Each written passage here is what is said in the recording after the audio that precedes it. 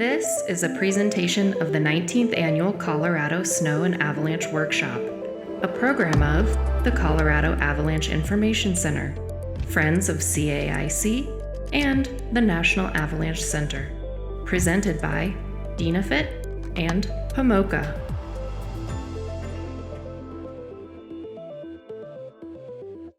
All right, hi everybody. I'm Alex Marienthal, recording here in Bozeman, Montana.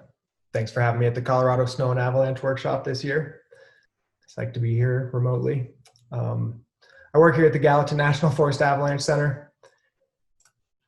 And today I'm going to share a study that I put together with Doug Chabot, the director here, and Carl Birkland, our neighbor in the office at the National Forest Avalanche Center.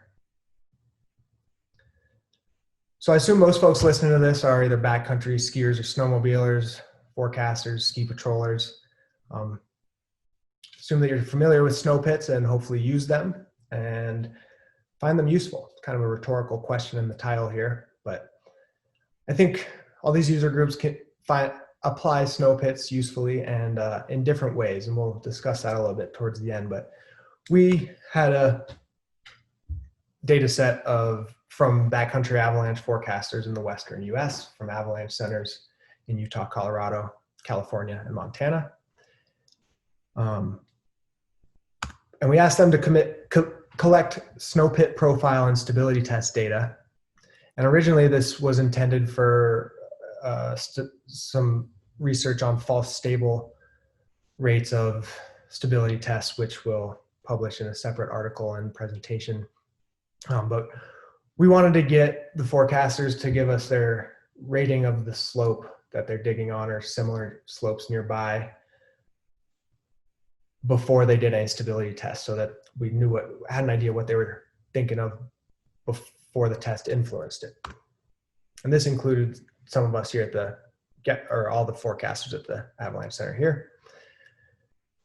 And eventually we were just curious about how often did we change our rating after doing a stability test.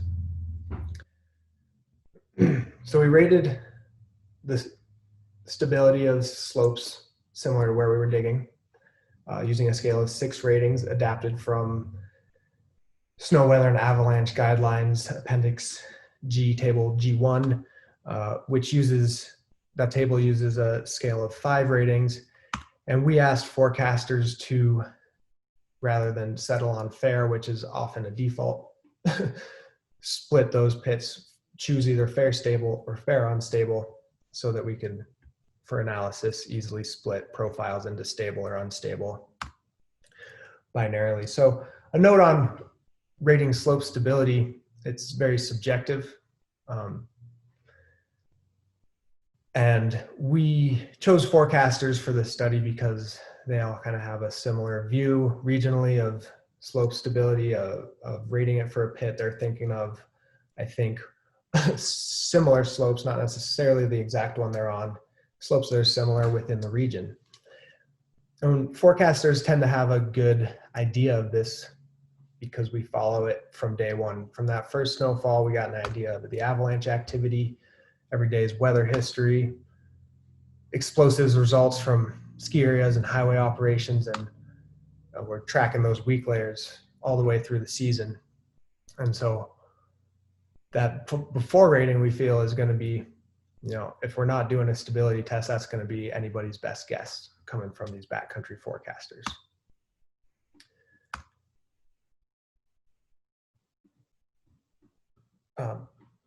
So the data set consisted of 20 forecasters that collected pits and stability tests over 4 seasons. We ended up with 562 profiles that had at least one stability test of either the type extended column test, propagation saw test, or compression test.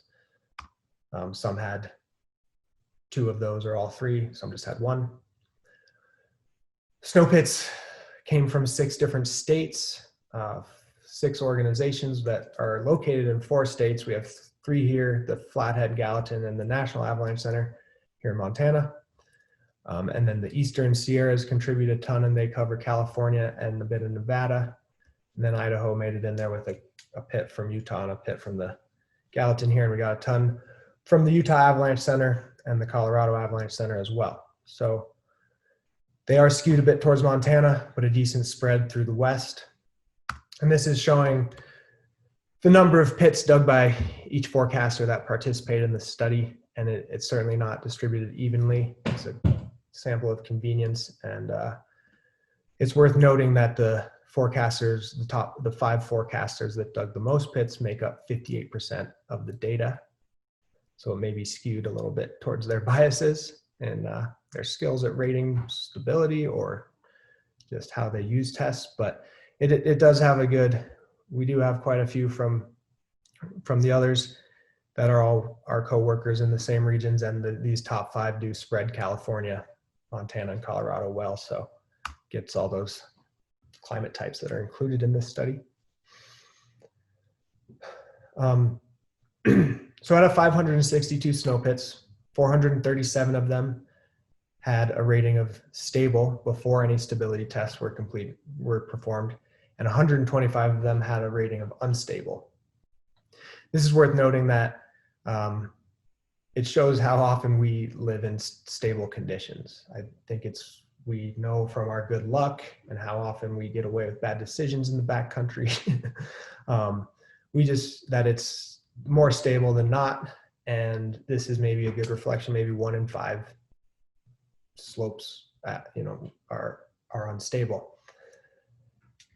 So even though we don't have an equal sample of those, but it's probably a good reflection of reality. Just to give a snapshot of how it breaks down by the 6 different stability ratings that forecasters gave slopes. A lot of them, the majority fall in the good and fair category. So you can see here why we needed to split fair into fair, stable, fair, unstable in order to be able to categorize profiles into either stable or unstable from those 6. So after performing stability tests, forecasters change their stability rating either 1 step in this scale of 6, not necessarily from unstable to stable or vice versa, but maybe good to fair stable, or maybe it switched across the line. But 29% of the time, forecasters change their stability rating after doing stability tests.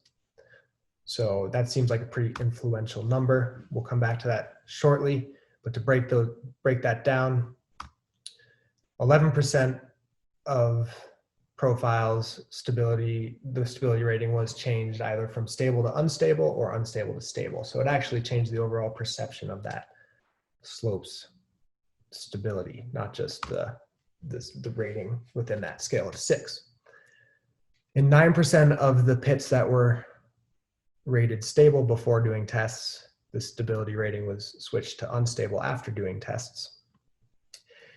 And in 18% of the pits that were rated unstable before doing tests, the stability rating was switched to a stable rating after doing tests. So I'll pause and comment on that briefly because I think it's a unique situation and goes kind of against the grain of what we teach, where we say you do stability tests to look for instability. If you're thinking something's stable, or if you're thinking something's unstable and you do a test and get a stable result, you're kind of supposed to throw that out and not convince yourself to ski it. But this reflects the nature of the data set being from backcountry forecasters, where we're not digging these pits necessarily to go ski a slope. We're tracking these weak layers, and we may be thinking, oh, this weak layer is getting more stable. We haven't seen avalanche activity for a few days. It's been high pressure. And while we're in the field, we might rate the slope unstable because it has been all season, but then we get that stable test and we're thinking now all these factors add up to we're going into a little bit better stability regime. So I don't think I think a different user group with a similar data set might have some slightly different results there. The bottom line is that in 29% of profiles in this study, forecasters change their stability rating a little bit. And so given that we're very familiar, I think we probably have one of the better guesses of slope scale stability when we're going into digging a pit, because we have this whole season's avalanche weather history. Even given all that, this information is helping us make a different assessment, make a more accurate assessment, hopefully, of stability. Sometimes we may be getting false information, and hopefully it's not skewing us in the wrong direction. I think as forecasters that gather all this data from the beginning of the season, I hope that we're good at detecting the false unstables and stables, although likely not always. So some brief discussion points before we, we'll hopefully have more good discussion on October 15th when we revisit this talk live at the workshop. But just to reiterate, this reflects the usefulness of tests for backcountry avalanche forecasters.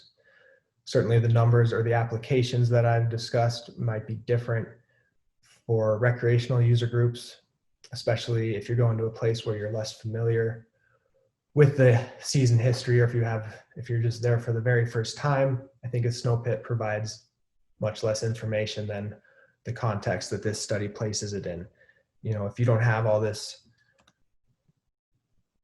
the seasonal history of avalanche activity and weather and such that backs up these snow pits, they are much less useful pieces of information. And I would caution, if all you have is a stability test, if you just got off the plane or you walked into the mountains in this region for the first time, with just a stability test, you need to revert to conservative terrain choices before gathering more information. When you put in some information from the avalanche forecast where they tell you we've had this activity, look for these layers, then they become that much more useful. So certainly useful, but the situation, the application differs by situation. Again, because forecasters, compared to a recreator who might show up in an area for the first time or not be as paying close of attention, forecasters have this thorough understanding of the snowpack throughout the season and historically, so may be able to apply these tests better and know when to throw out data and such.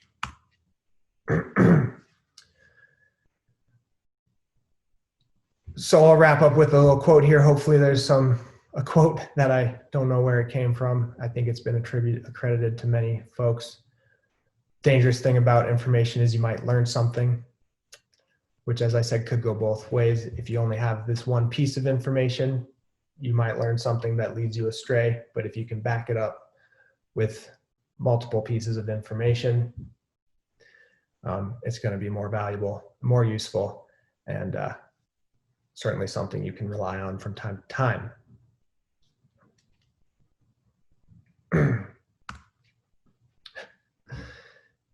We got an 8-ball in the office that often you have to consult when you're on the fence of things. And, if you're only to rely on the 8-ball, your forecast isn't going to be very accurate. But if you have all the other information you can gather, it's might not hurt.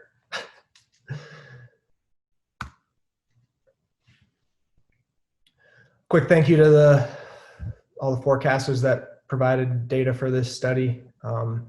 And I'll note that, we hope to use their data to have some more research on with this data set about false stable rates of some of the tests, and think that the findings from this study can kind of back up that even though tests might not be super accurate all the time, they're worth doing. It's worth getting your head in the snow, and it's worth isolating the column, seeing what the stability is as much as possible, and keep on learning. Thanks everybody for listening. Look forward to meeting up virtually later in October, and have a safe winter.